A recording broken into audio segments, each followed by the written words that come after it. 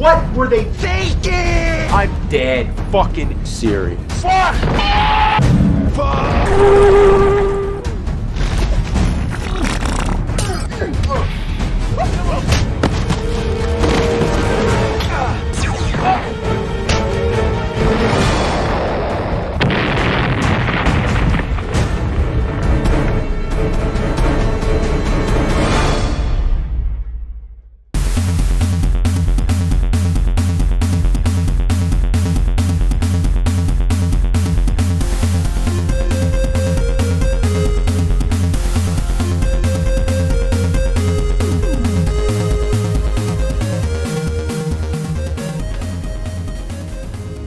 How can I do this?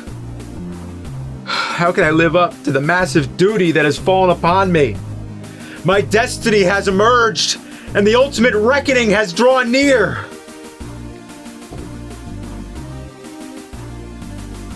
I must not fail.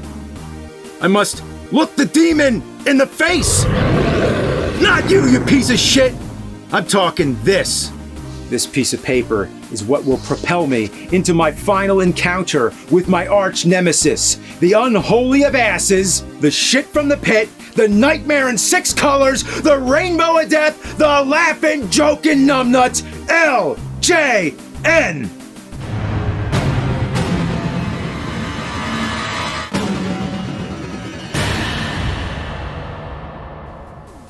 I'm about to embark on a mission to come to terms with LJN once and for all. As you can see here on my wall of LJN kills, I've already eliminated several of these foul, catastrophic fuck nuggets. But now's the time to take care of the rest. And this document here was sent to me from LJN. They're still around? Well, not exactly. It's complicated. So before I tell you what's at stake here, let's go into a little background. First of all, who are and who were LJN?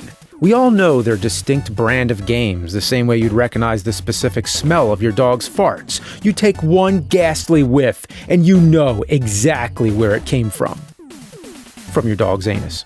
But LJN was like the master of disguise. As a kid, when I rented these games from the video store, say Back to the Future or Roger Rabbit, nothing seemed immediately wrong. The graphics usually seemed nice, and they all had a playability factor. But the further you'd go, the worse it would get. Like in the final stage of Back to the Future, when you're driving the DeLorean, if you lose, you start back at the beginning of the game, no matter how many continues you have. What bullshit.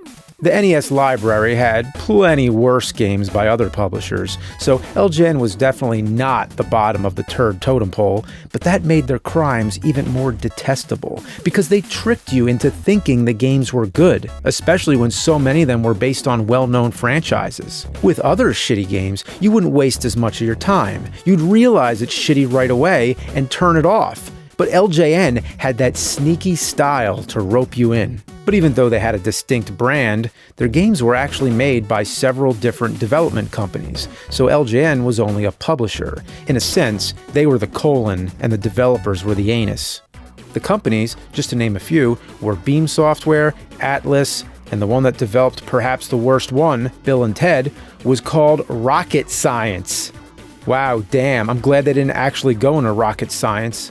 The one that's the most shocking to know of is Rare, who made Beetlejuice, Nightmare on Elm Street, and a few others. They're probably better known for non-LJN games like Battletoads, and would eventually have a partnership with Nintendo on Killer Instinct and Donkey Kong Country. I would have never guessed such awesome games came from a company that had anything to do with LJN. So even though LJN was the publisher, their games are still called LJN games, in the same way that the 2014 Ninja Turtles movie was called a Michael Bay movie, even though he produced it and did not direct. But to answer the question, who exactly were LJN, we'd have to trace it all the way back to its founder, a guy named Jack Friedman. He started LJN as a toy company in 1970, and I've heard he named it after his employer, Norman J. Lewis, reversing his initials to LJN. That was until it officially became Laughing Joking Numbnuts. At first, LJN only made toys before branching into video games. In the 80s, I remember playing these toys, like the wrestling figures. So I had nothing but positive memories there. Guess they should have stuck with toys. So anyway, in 85, MCA bought LJN, but then in 90 sold it to Acclaim, who in 95 dissolved LJN, even though they used the name once again in 2000. As for Jack Friedman, in 90 he formed Toy Headquarters, THQ, eventually leaving and forming Jakks Pacific. And sad to say, Jack passed away in 2010. Rest in peace. So basically, the rights to LJN have been all over the place and lately have existed in sort of a phantom limbo. But this document from the current owners certifies me as the sole inheritance of the name LJN. How could this happen to me? With great power comes great responsibility, and with me as the head of LJN, I will undo the wrongs of the past and prove that there is gold at the end of this rainbow.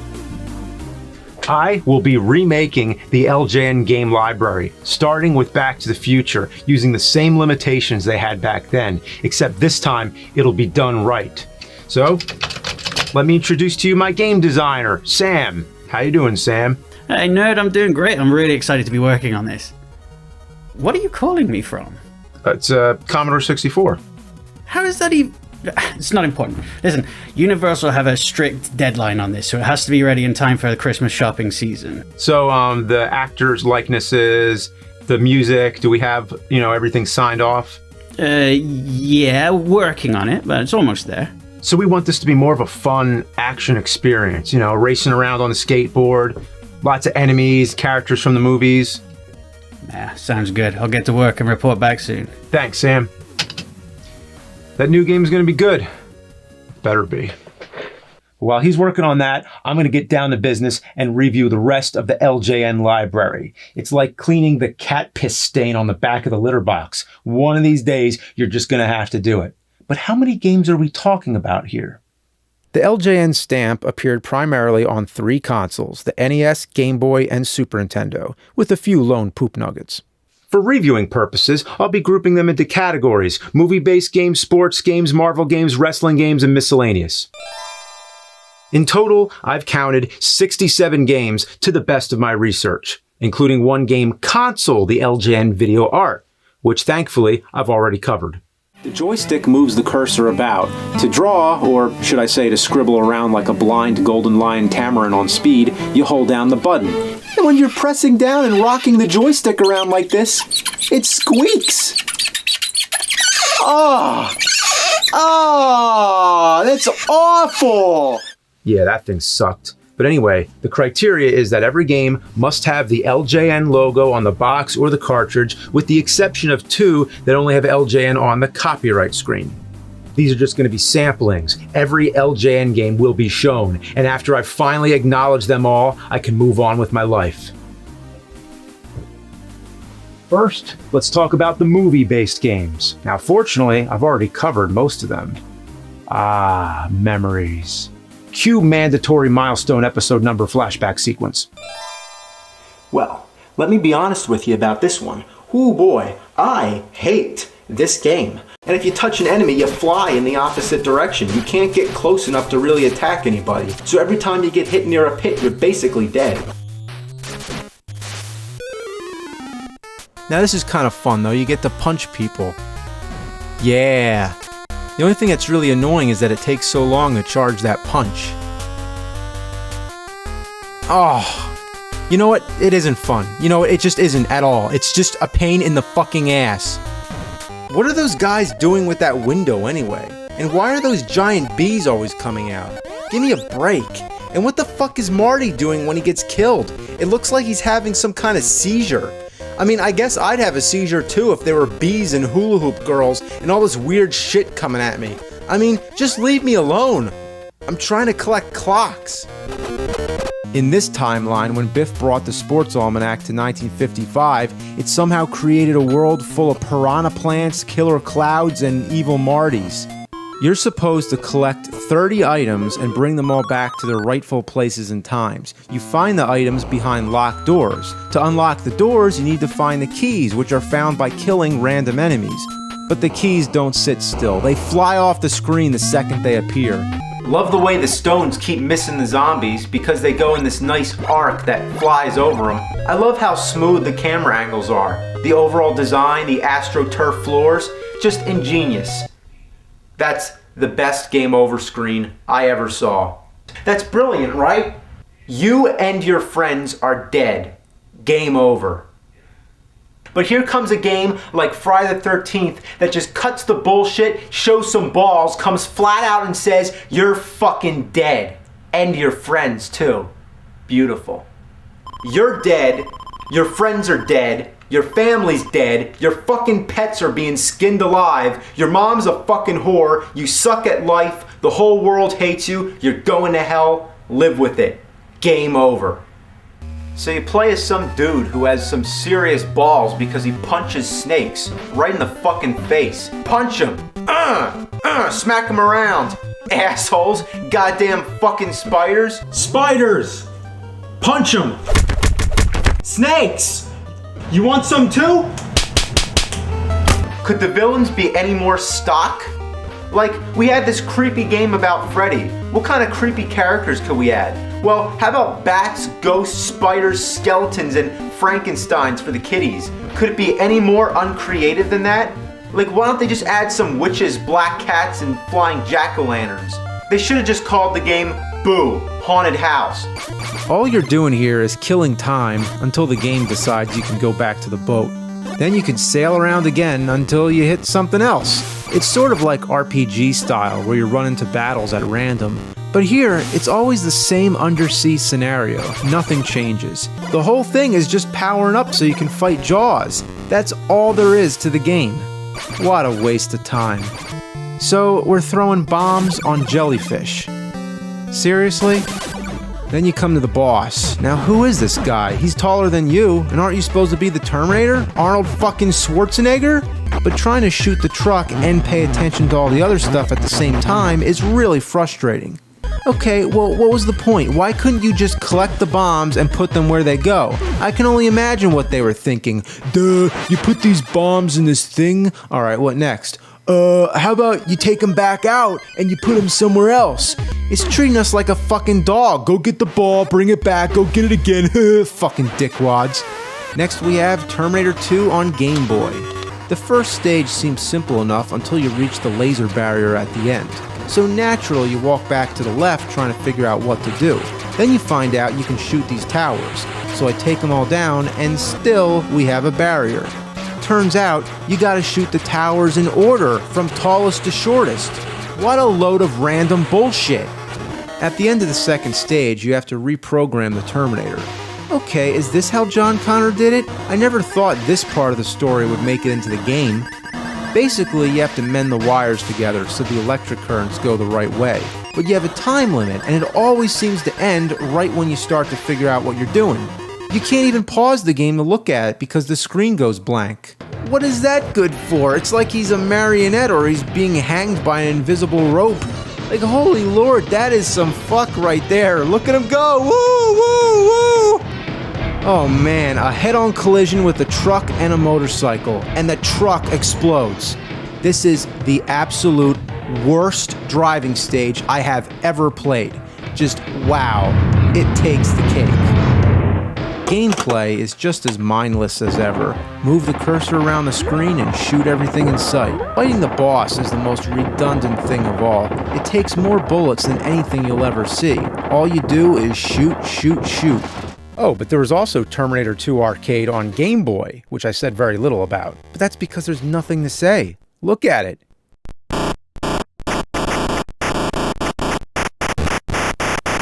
If I heard that, I'd think it was an Atari game. What's the point of taking an arcade and watering it down to Game Boy? I guess you can take it on the school bus, to the mall, to the arcade. Then there's Beetlejuice on NES. So, how does Beetlejuice hold up? Let's turn on the juice and see what shakes loose. Damn! Ah! Fuck! Shit! Nope, not fun. Game sucks. That's all you need to know. Say that to someone in a sentence. To get a cloud to move, I had to get a skeleton to shoot a fireball at a beehive. When did that ever happen in the movie? And we're talking about a movie that's batshit insane. But I didn't talk about Beetlejuice on Game Boy, based on the cartoon. Uh-oh, the ghost got in the washing machine. They're fucking shit up. Gotta fight the clothes and the sheet ghost, which is, a sheet with a ghost inside.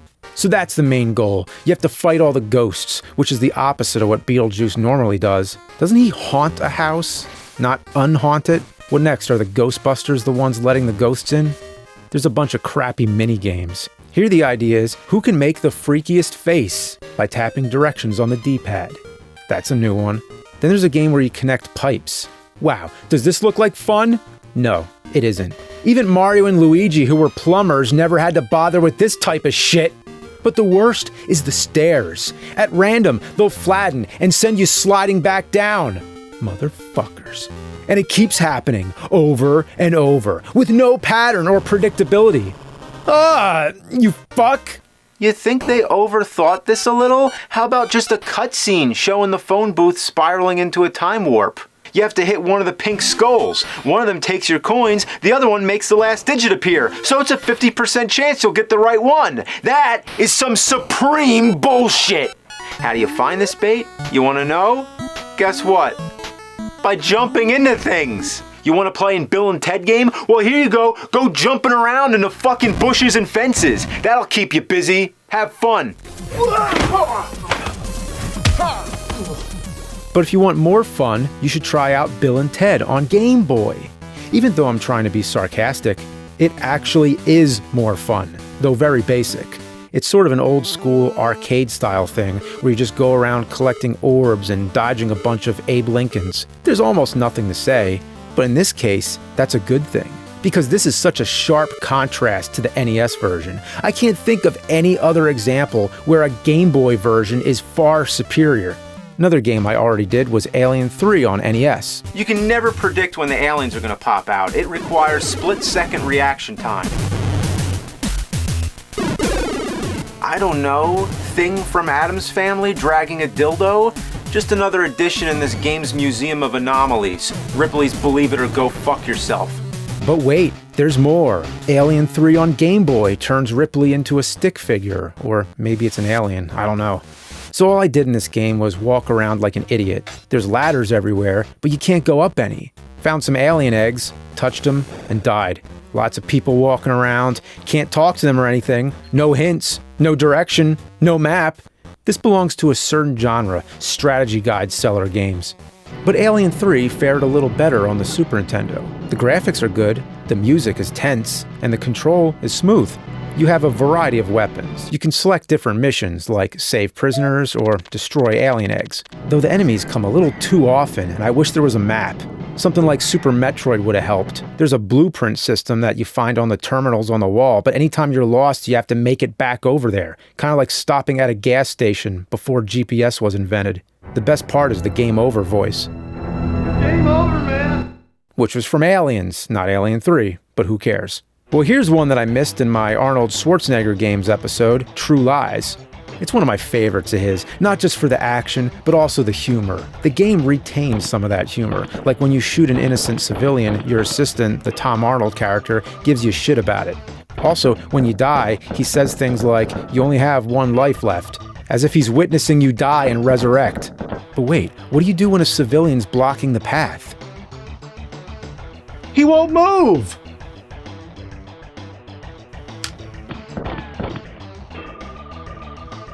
But when you fail, this happens.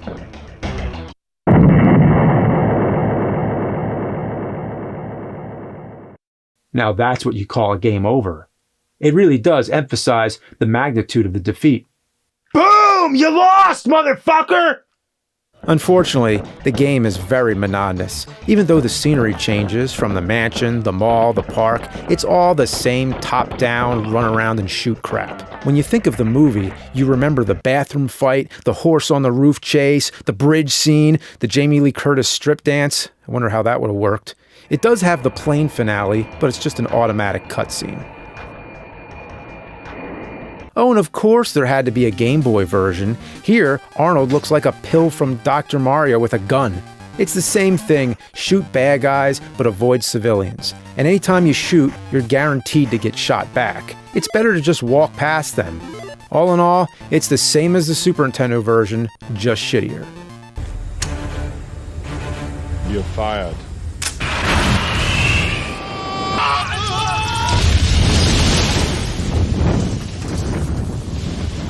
LJN even made games based on movies you might not remember, like Warlock. The graphics and animation are pretty nice. The gameplay is basic enough, run to the right, blast everything in sight. It's fine for a bit, till you realize how resilient these enemies are. Stay down, you zombie fuck! Stay down! Then you run into these archers. Die, you fuck bugger! And every time you get hit, you get knocked back half a screen. Look how long it takes to beat this guy. Die! Die! Die! Oh my god, when are they gonna die? When are they gonna die? Oh my god. Then these gargoyles keep coming at me, and they take just as long to kill. Every enemy is like a mini-boss battle.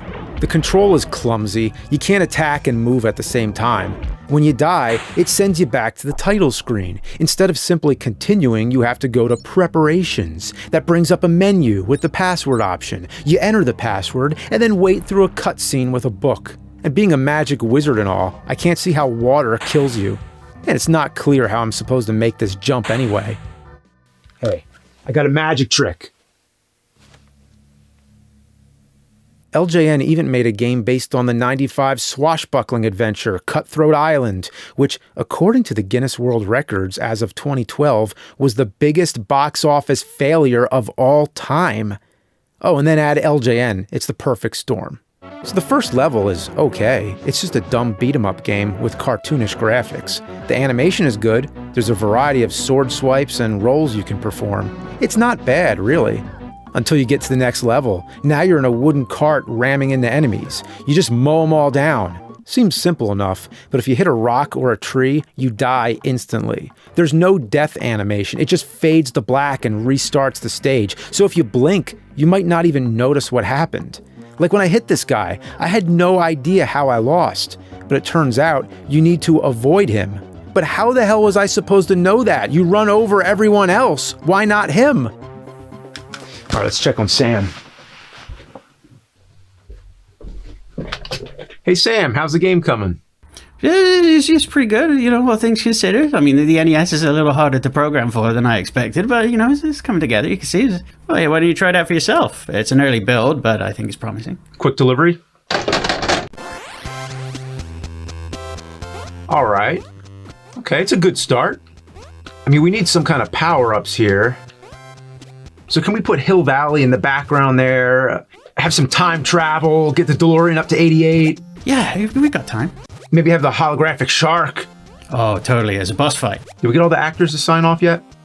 Yeah, well, no, we're working on it. It's almost there. It's a good start. But yeah, there's a lot left to do. Well, let's get back to work. I'll check in on you again soon. It's gonna be good. It's gonna be good. Once again, the mission here is to sample every LJN game. I've already taken care of the movie-based games, but now let's get into the sports games, which is a little bit of a problem for me because I don't know anything about basketball or baseball or football. So first is NBA All-Star Challenge on Super Nintendo. From what I saw on the menu screen, it's only a bunch of one-on-one games. Graphics are good, the reflections on the floor are a nice touch. But this is no NBA Jam. Not very intuitive, and of course I don't know how to play basketball, but you'd think I'd be able to figure out a video game. Goaltending, blocking, traveling, what the fuck? I suck so much at this, it's embarrassing. I'm making Michael Jordan look bad. Imagine if he was actually being controlled by some shitty video game nerd.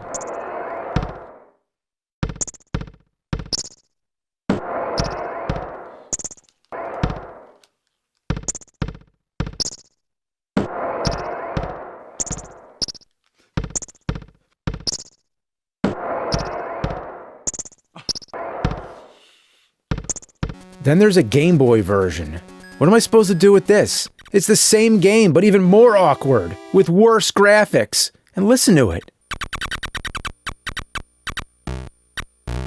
They tried to emulate the sounds of the shoes squeaking on the floor. Well, they tried. The ball dribbling sounds like farting against a sheet of aluminum.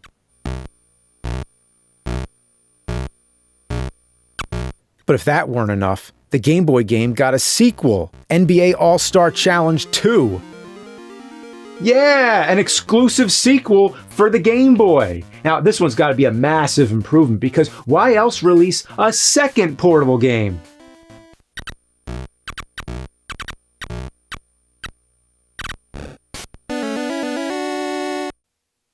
It's the same thing!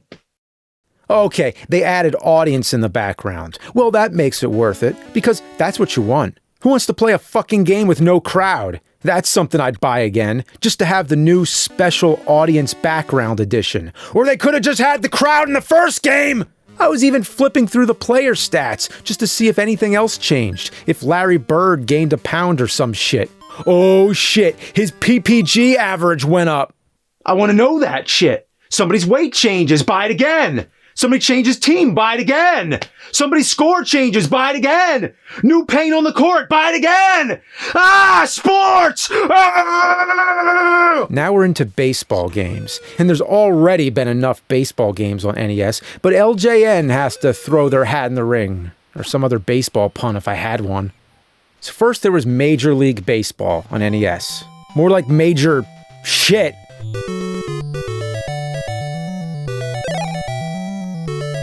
Whoa. Slow down here. What am I looking at? The entire screen is just a wall of numbers and shit.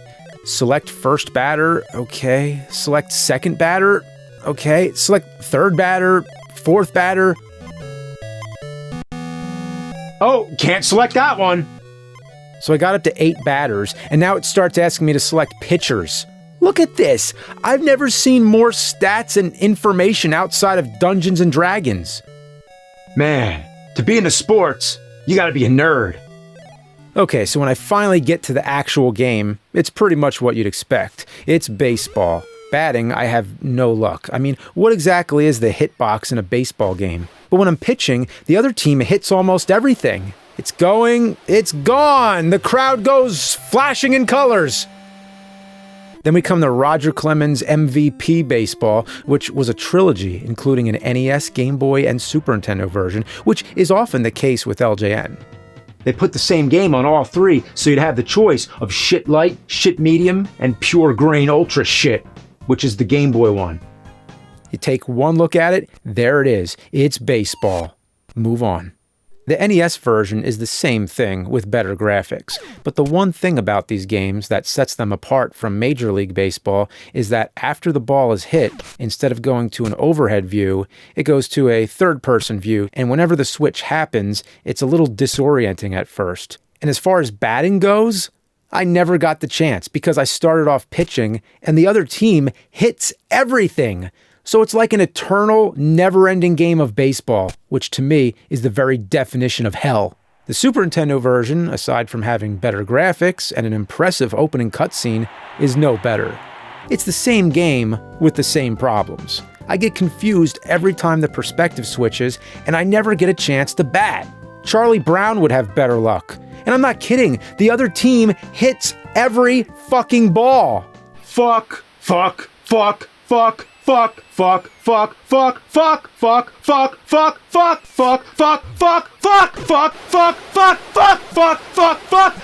Mother the fuck!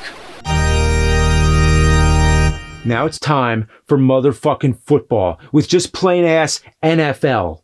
Not as blunt as football on Atari, but simple just the same. No Madden, no year, none of that shit. As natural as a nature trail. Undiluted, genuine, uncontaminated, straighter to the point than the cone nose of a fresh expelled cat turd. Not named after the amount of yards the field is or the length it takes for your dog to walk to take a shit. Not named after the TV channel or a college or the type of skin on the ball. No Montana, Colorado, ESPN, go fuck yourself. Just plain as perfection, as undisputable as death. 3 letters, up your ass, NFL! Ow! Okay, the game goes on for 2 seconds, and now I'm stuck on some kind of countdown. What's going on here? Anything I press, the referee stops the counter. Delay of game? I can't believe I'm saying this. But just let me play some fucking football! Have the decency to let me begin my suffering! So once again, the game starts up for 2 seconds. Who am I? Which team? Where's the ball? And before I have a chance to mentally process anything, I'm back to this damn timer. Of course I know nothing about football, but don't you think I'd at least be able to mess around and figure out something? Next is NFL Quarterback Club on Super Nintendo. Okay, let's see here. Pick the game type. Preseason, new season, who cares? Rookie, whatever. Teams, home or away. Oh, you have to pick weather now? Pick the weather? How far could you possibly go?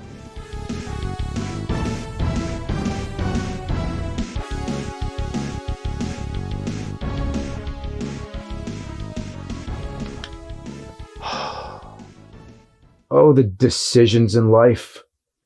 Should you go to college? Should you get married, divorced? Should you move into an apartment or a house? Should you have a kid or adopt or have a pet? But then comes a question greater than any in the history of human civilization, a question that concerns the very ground on which we stand. It's the fundamental surface of the warrior's trial, from the ancient colosseums to the arena fields. It's the very vegetation that grows beneath. It's the cycle of life. It's a pivotal decision that will forever alter the course of time. It's humanity's most critical judgment. The fate of all existence depends on it. And now, at this major turning point, as you stand at the burning crossroads under the light of God and ask yourself, what'll it be? Grass or turf? That's a very important decision.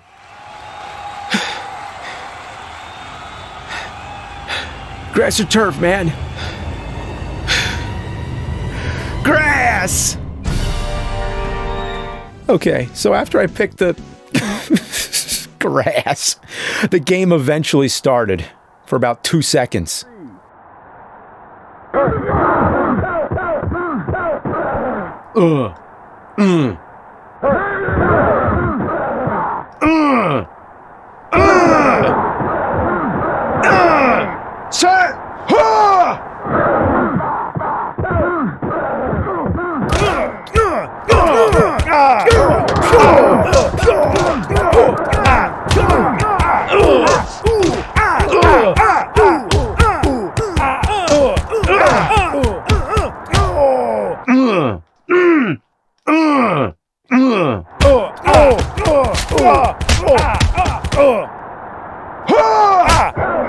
Sorry, got a little carried away there.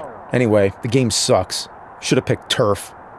Then there was NFL Quarterback Club on Game Boy, which was a totally different game where you're running from a side angle through like an obstacle course, and then a view from behind as you throw balls at targets. So if football games weren't enough, you also have football practice games. Then there's NFL Quarterback Club 2, which doesn't even have a 2 on the title screen. Yeah, this was a real headache to sort all this out. And the game, well, it's the same as Super Nintendo.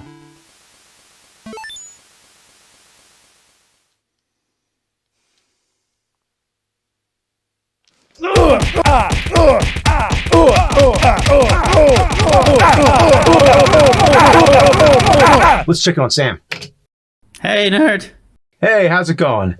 Yeah, it's coming along. Try it out.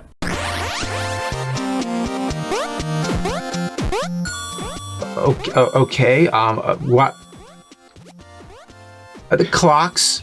Really? Clocks again? Time, isn't it? Okay, we need to change the clocks. We can't have clocks in the game. Got it. Right. Changing the clocks. No clocks. You didn't get the licensing, did you? The hoverboard, that we got that, it's pink and yellow. How are you supposed to control this? Yeah, so there's like an acceleration, deceleration thing going on there, so it feels kind of like actually hovering on a hoverboard. I'm still working on getting it to be actually playable. Yeah, playable, that would be something. Yeah, he'll get there. The holographic shark. What is going on with it? Okay, so the NES couldn't actually do like transparencies. So to make something look kind of transparent, you had a frame where you could see it and a frame where you couldn't see it. Couldn't see it. So it like flashes on and off. And if you put it on a really old CRT TV, it kind of looks transparent and you only get a tiny little bit of a headache. A tiny bit of a headache. Okay, this really needs to get fixed. How much time do we have to finish this again? Plenty of time. We're good. All right. Well, that'll get straightened out. Anyway, we already took care of the LJN sports games. So next, let's check out the LJN Marvel games, which consist of Spider-Man, X-Men, and the Punisher. First up, the Spider-Man games. Luckily, I already covered some of them. The game Spider-Man, Return of the Sinister Shit. There's no, like, jump kick move. Like, you can't jump and then do an attack. Well, then don't do that move. Look, now what's he doing? He's not gonna come up. I can't even tell if I'm hitting him. Do it, damn it. Jump, jump, jump, jump, jump, jump, jump. It's a piece of shit. It's a bunch of fucking crap. Amazing Spider-Man, and believe it or not, the control is even worse. The punch is delayed like a full second later. How do I get up? Jump. I am jumping. Look, it won't. Oh my god, I can't. I tried to jump, I swear. God damn it. It's horrible. But there's more. The Game Boy version had sequels. Oh yes, here comes Spider-Man 2. I can't blame myself for missing it. It looks similar, but the controls are very different, especially the way the web works. You gotta stick onto things and sort of like just swing yourself around. It's kind of like Spider-Man. Yeah, it's a good attempt, unlike the first Game Boy game where the web was automatic. Here it's more calculated. Until you run out, now you're on your own. So you go around fighting enemies, climbing walls. It's your usual friendly neighborhood Spider-Man game. What's this, a dead end? Oh, literally a dead end. Well, I'll know next time not to touch the electric fence. Well, damn. What's next? Spider-Man 3 on Game Boy?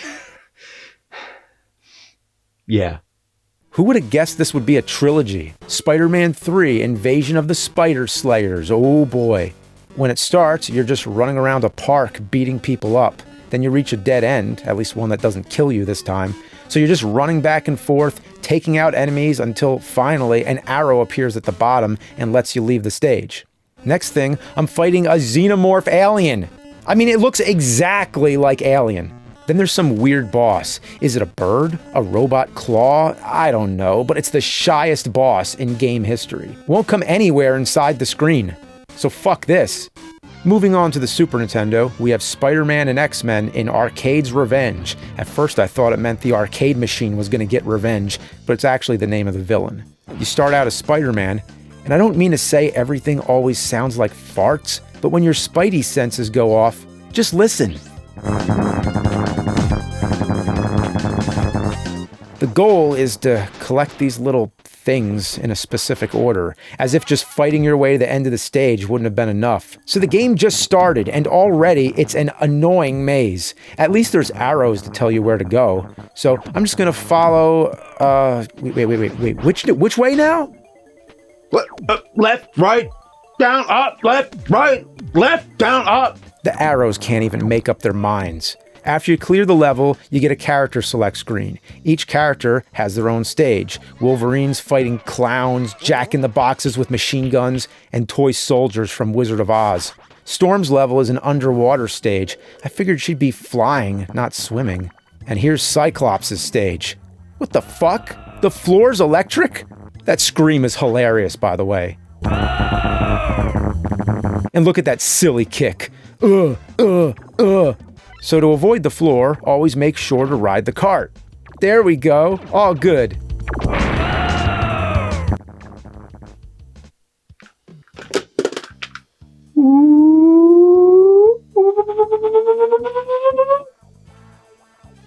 And if you wanted arcade's revenge on the go, well, here's the Game Boy version. Same game, same old shit. Nothing more to say.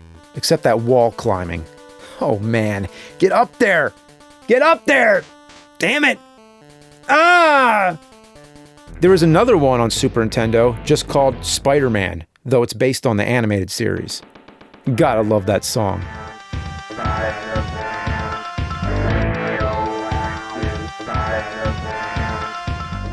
It's another action game. It's colorful and appealing at first. Love Spider-Man's walk cycle. Walking like a tough guy. Reminds me of Henry Hawk. You can even punch computers. Make them explode. Yeah, that's how I feel whenever my computer gives me shit. What's this? Am I standing on an NES console? Anyway, you just gotta go around fighting enemies. Seems all fine and dandy till you come to this barricade. Motherfucker, I tried kicking it over and over till finally I managed to knock it down. Persistence and luck. But there is one more LJN Spider-Man game on Super Nintendo that I covered already. Let's end with Spider-Man Maximum Carnage on Super Nintendo. Everyone says I should play this one, as if I haven't already played enough Spider-Man games. Well, it's a beat-em-up game, monotonous, but fun. The controls are responsive, and the hit detection works fine. It can be a little frustrating, but not too bad. And the music is upbeat and energizing. I found a good Spider-Man game. Who made this game?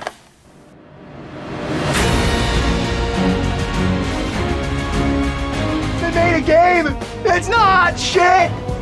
It's not shit! Yeah, I couldn't find much to complain there. But anyway, let's move on to the X-Men games. Now, there were 2 on NES by LJN, and thankfully, I covered these as well. Rather stick your dick in a piranha's mouth. Here we go, Marvel's X-Men. Look at this. Cluttered pixels, scrambled textures, shit flying everywhere. It's a disaster. The characters look like stiff, mangled, colored shapes that barely represent who they're supposed to be. Cyclops looks the same as Storm. All they did was recycle the same character and color them all different. Don't ever give the computer a character with a projectile. Because look, it's like giving a little kid 10 pounds of sugar and a super soaker. It goes apeshit, and it never, ever stops. Okay, what's happening now? I'm frozen? What the hell?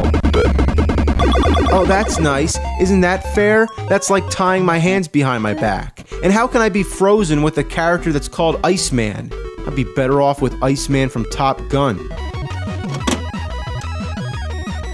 Every time you use your claws, it drains your life. So that kind of defeats the whole purpose, right? So just forget the claws. It will be nice to use them, but you can't. The ducking is incredibly delayed. When you push down, it doesn't just duck like any other game. It goes into this little animation. It's unnecessary, and it makes it hard to avoid getting hit by something. Oh, fuck you. How cheap is it to put the burger right on top of a propeller? Look at this. It's fucking impossible. Almost dead. Gotta get the beer. Ugh! I've had it up to my ass with this piece of shit. In conclusion, this game's way better than the other one, but it's still a pile of donkey dicks. But they also made a Wolverine game on Super Nintendo, Adamantium Rage. There's no color scheme. Everything looks like a mess. The controls take time to get used to. Any simple button command sends me flying, jumping, and somersaulting all over the place like a maniac. It's a confusing maze with background doors that you can't go in. I keep getting lost. And look how jittery Wolverine's movement is. He only goes fast and still. 2-geared diarrhea. And falling through platforms? Oh yeah, gotta have that. But at least you can dig at the floor, like a cat burying its shit. Everything I press does some stupid move, and I don't know where I'm supposed to go because everything looks the same. Right about now, I'm feeling some adamantium rage.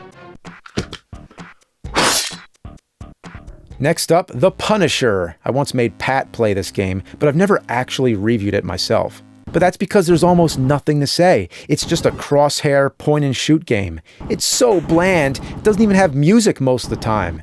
As a rental in 1990, it wasn't bad as a time killer, just blasting away everything on screen, just as you're blasting away your brain cells. If it moves, shoot it. If it doesn't move, shoot it. During the boss fight, you can use your fists and feet. And after you kill him, it says RIP. Wow. In video games, you don't think about all the people you kill. You take it for granted. But here comes a game that reminds you of the mortality, to rub it in your face and say, this man is dead and you killed him. Hope you're happy. Then came the Punisher Ultimate Payback on Game Boy. As expected, it's much more primitive. But the shocking thing, it has music. So that's one major advantage over the NES version. You have to avoid shooting innocent people, even though it just takes some life away. I mean, you'd think there'd be bigger consequences than that. And when an enemy takes a hostage, you just gotta watch your aim. And then Spider-Man comes in. Oh, Spider-Man's in this game. It's the Game Boy cinematic universe.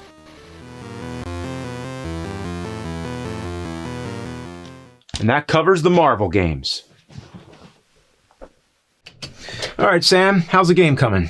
It's getting there. I mean, there's a little bit of sprite flicker. Why don't you try it out? Hourglasses? But you said no clocks. No! We need something else. Sundials?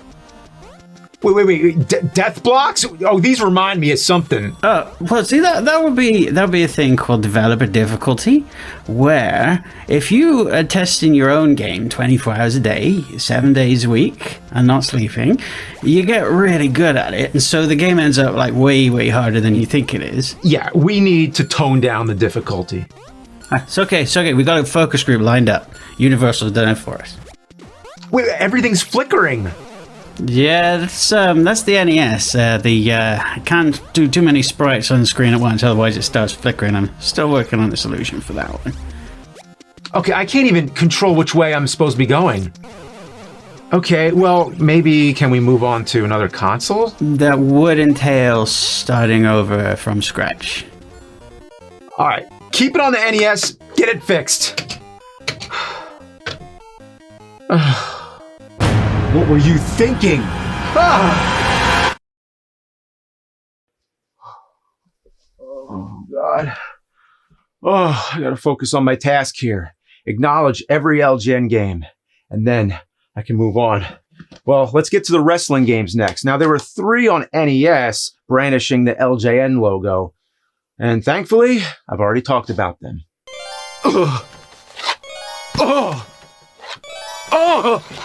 Trying to hit a guy here is like trying to hit a grain of sand with a tennis racket while Andre the Giant farts directly into your nostrils. Steel Cage Challenge, well, it has a steel cage mode. If you like glimpsing the wrestlers through the cage, get the cage out of the way, I can't see anything. Just kick him to the ground and repeatedly stomp his dick, then pin him for the slowest 3 count in history.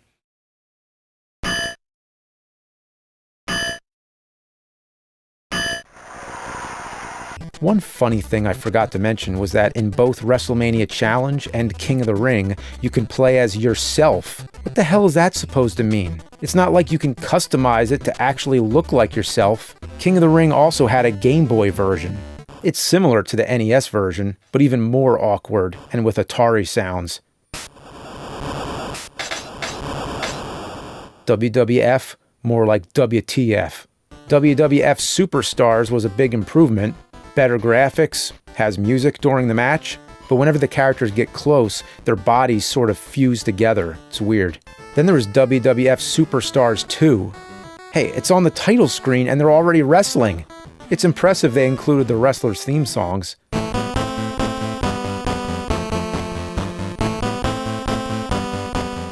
You have the option to fight in a cage match, which I don't really see the point of, but hey, each Game Boy version is an improvement over the last.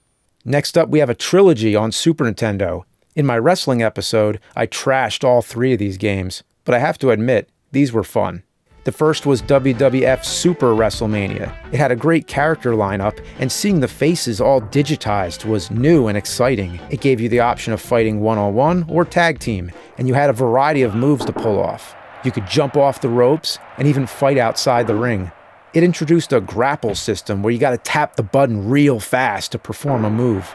So if you're playing with a friend, it's all about who has the fastest thumbs. And that's when it gets crazy. You gotta fucking tap that shit like grease lightning. And if you're both the same speed, it'll go on forever. Yeah, you haven't experienced anything until you've been in a fucking thumb war over LJN wrestling games on Super Nintendo. Yeah! The second in the trilogy was WWF Royal Rumble. This is the one I used to play the most as a kid. I always remember how when you flip through the character screens, their theme song plays. I had never heard such awesome synthesized metal coming through my Super Nintendo. Sometimes I'd cycle through these tunes and just let it play in my room. Yeah.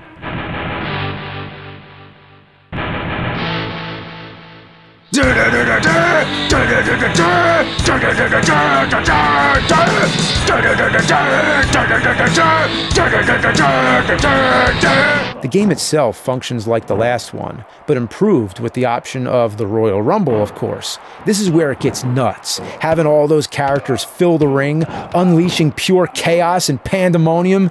And if you get thrown out, you can still sit back and watch the rest of the fight.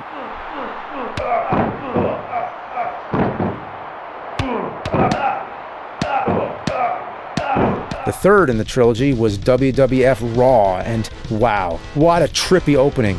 At first I thought the game was glitching. So this version is like Royal Rumble on crack. Now there's mega moves and finishing moves. I don't know, but at a certain point I think enough is enough. The computer opponents are much harder, I have to say. Overall, it's fun, crazy wrestling action, and the chair hit never gets old. That's my favorite wrestling trope. There just happens to be a chair there. So might as well hit somebody. Only problem, they usually don't want to come near. Come on, anybody? Who wants to get hit by a chair? But then, of course, there was WWF Raw on Game Boy. Going from the Super Nintendo to these tiny characters on a portable screen? Yeah. The fixed camera angle with a wide view of the ring doesn't help. The grapple button mashing is way more tiring on the D-pad, so I say fuck it. And that covers the wrestling games. All right, Sam, how's the game looking? Yeah, this is okay. So we got the feedback from the focus group. The difficulty is too high. The game is too easy. Too many enemies. Not enough opponents to fight with. Somebody says that they really want hula girls and a bowling ball weapon. This is horrible. Do we even have any power-ups at all now? Well, you said no hourglasses, so the time kind of runs out a bit quick. What's happening with the music here? Okay, so we had the power of love. Well, we couldn't, the licensing and everything, so I sped it right up so you can't even recognize it, because I didn't have time to write a new song. Oh no, you didn't put the bowling ball. It's in the nose. The focus group wanted bowling balls, man. I don't know why. Who wanted bowling balls? Oh, the flickering is worse. Oh, the controls are worse. Oh, we are spiraling into the toilet here. Just while I have you, we do need to nix the time travel and the Hill Valley background and a few other things just because of time constraints. Fine. Just make it playable. Make it work. How much time do we have to fix this? Okay. Well, the deadline is, let me take a look. 2 hours from now. Hope you got a flux capacitor. All right, you got one last chance. Don't fuck this up. All right, let's finish the LJN library. But before we end this, it's worth mentioning they also made a gaming accessory, the Rollin' Rocker, which I already covered. It's another hunk of plastic. Who made this thing? Son of a bitch.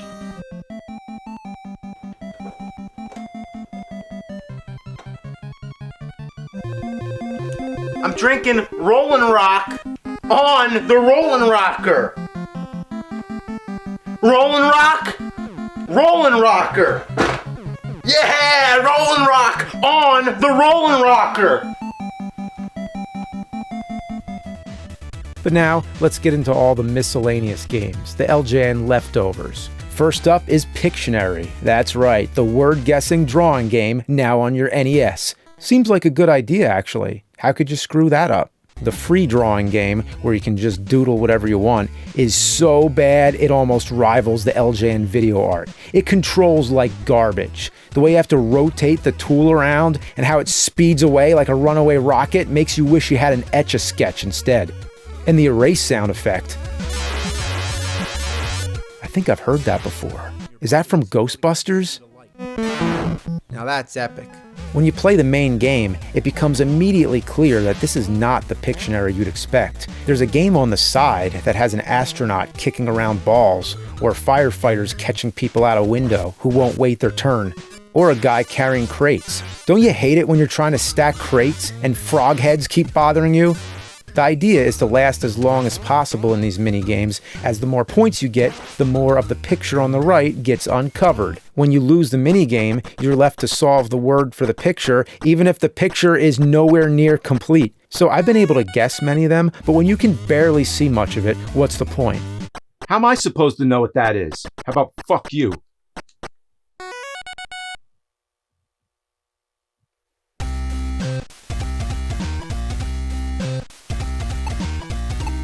One game I remember seeing as a kid was Gotcha, the sport. When I saw that cover, I was intrigued because I thought that red splash was blood, but it's actually a paintball capture the flag style game. Thank God the Punisher's not playing.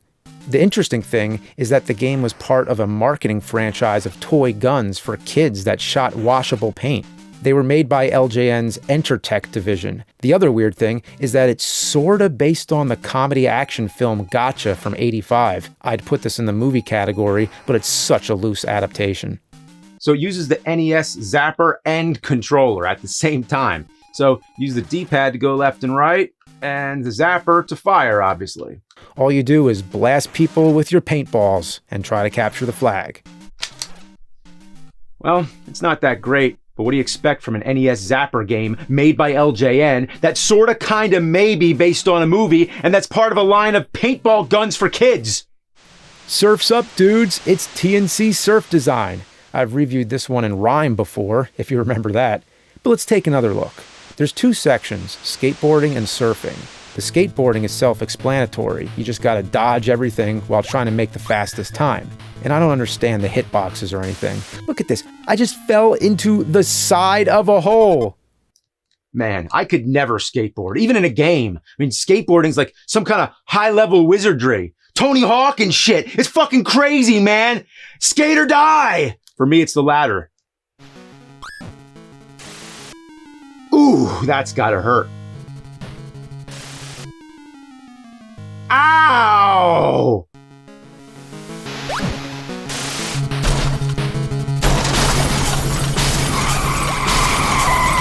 Ooh! The surfing stage is one that goes down as one of the unholiest of ass fests. The controls I couldn't figure out as a kid, and I can't figure them out now. You just keep getting sucked into this wave. Not to mention, what's up with the choice of characters? The gorilla looks like some kind of generic cartoon, but the other one, Now, hang on. Somebody decided that should be a character. Yeah, we have this rad surfing game. What kind of character should we have? I don't know. How about a cat in a tuxedo? But it's not just a cat. It's a man's body with a cat's head. Anyway, man, this game sucks. Wish I could be that guy casually floating at the bottom. He's got the life. But not me. I can't relax. I gotta flip some shit at the top of the waves here. Fuck! Fuck! Fuck! Oh, wow. Oh, yes, yes! Ah!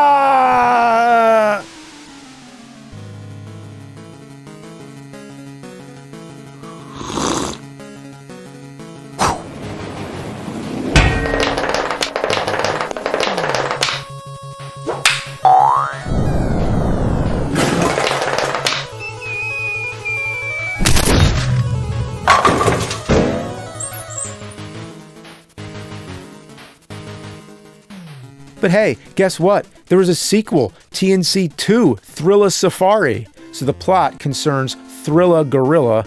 Wait, a plot? Wow, they really put a lot more thought into this one.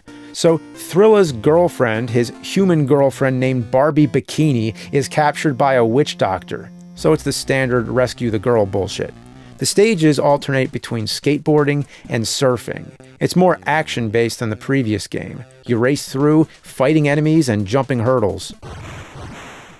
Oh my God, he exploded! Let's see that again.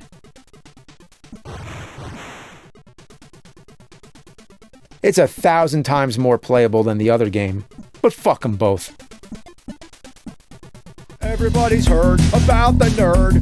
Nerd, nerd, nerd, nerd's the word. Nerd, nerd, nerd, nerd's the word. Nerd, nerd, nerd, nerd's the word. Don't you know about the nerd? Everybody knows that the nerd is the word. Surfing nerd!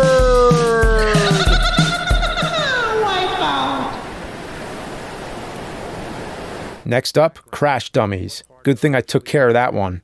Everything is just flat and lifeless. The character animation looks really stupid. Everyone walks like they're holding in a huge shit. You know, like when you have to go so bad, it feels like the poop's pressing into your pelvic bone. But there's also Crash Dummies on Game Boy. So this one's just a bunch of mini games. You start out falling from a building and are supposed to crash into as many things as possible on the way down. Was that supposed to happen? It's a game where you're a crash dummy who crashes into shit. How do you know when you die? The next screen says, "That was boring." Yep, I'll leave it at that. Then there was the Super Nintendo version, a simple side-scroller. With 16 bits, you'd think they'd shift the quality to the next gear, but instead, they cut the corners. Fair gameplay takes a back seat to this half-ass accident that'll let the air out of your tires till you crash and burn. There's also a Genesis version, which was identical. It was typical of Acclaim to put the same game on both consoles while only putting the LJN stamp on the Super Nintendo version. But this was a rare case on the Genesis. Even though the LJN logo is nowhere to be seen on the box or cartridge, it does appear on the copyright screen, and to my knowledge, is the only Genesis game where the LJN name ever appeared. Since these games are so identical, I was on the fence whether it should be counted twice. If not, that would bring our total number of 67 LGN games down to 66. Or would you say an identical game half counts? 0.5? Or would you say it more than half counts? A 0.6? There's 66.6 LGN games. Fuckers! Come on, knock it off! Then there was a game called Revolution X on Super Nintendo, which was originally an arcade. The plot is some crazy shit. Some dictatorship called the New World Order bans all video games and media. Can they ban Superman 64, Dark Castle, Action 52? Should have banned all these fucking games. You must battle New Order forces to get backstage at Club X to meet Aerosmith, where together you will begin the revolution? Aerosmith! The band Aerosmith is in this game! You'd think because they were such a big part, they would have appeared more prominently on the box art. Not just the boring Revolution X logo. Their music is all over it, and I didn't even know the Super Nintendo was capable of emulating those songs with such clarity. Just listen. And if that's not enough, Steven Tyler gives you mission briefings. If you're watching this, then they've taken over. It's up to you now. Find our car and stop the New Order. Remember, music is the weapon. Steven Tyler is talking to me through my Super Nintendo. This blurs the line between awesome and ridiculous. It's a game where you start a revolution by using music, love and peace. No. By fucking murdering everyone!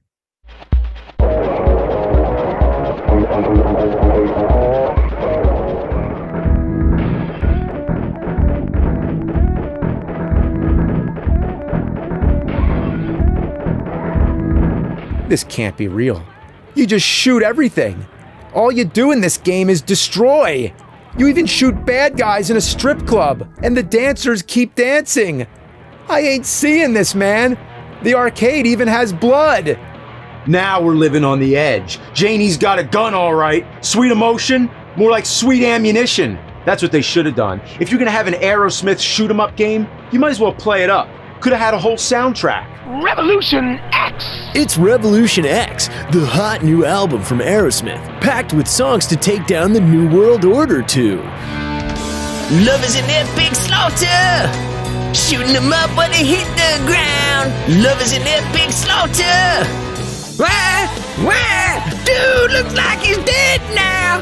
Dude, looks like he's dead now. Scream on, scream on, scream on.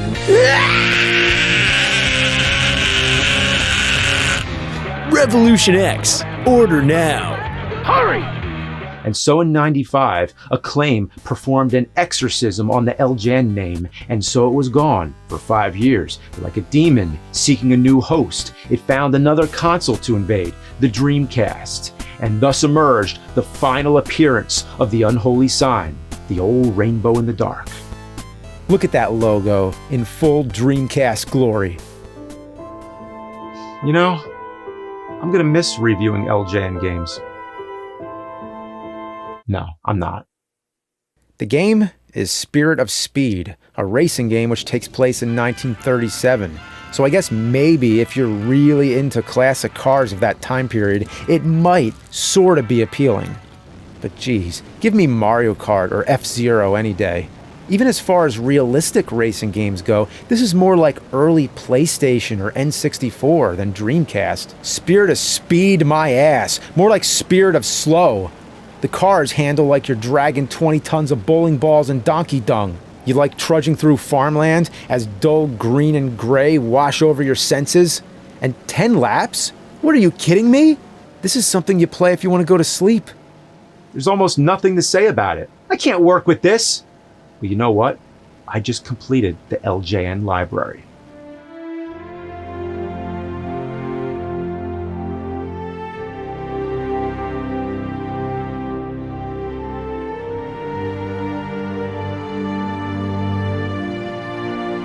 Farewell, you fuck.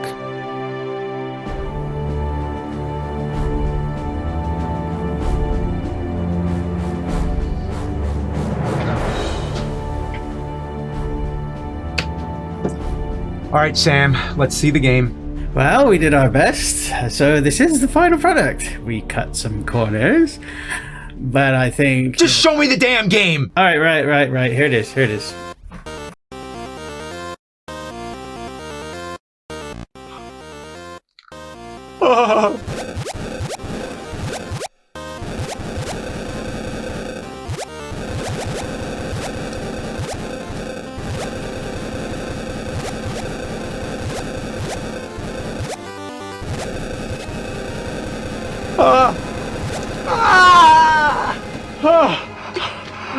I'm a shitload of fuck!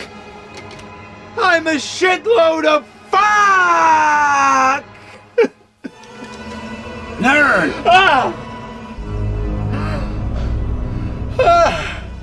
You've made the worst game ever! You've become the very thing you were fighting against!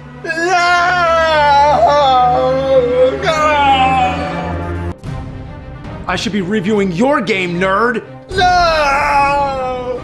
I'm the angry video game nerd. No! What was he thinking? What a shitload of fuck! Buffalo diarrhea bullfuck, that is! It's shit, it's poop, and I don't like it. No!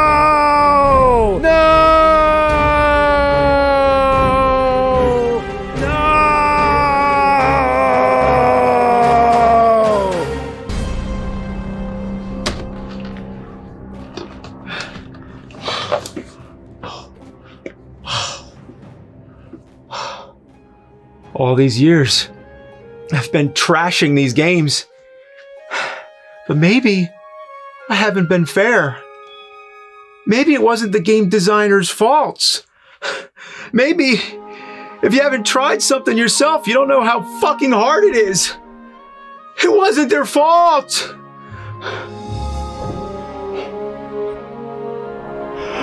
I forgive them. This game, I forgive. And this game, I forgive. And this game...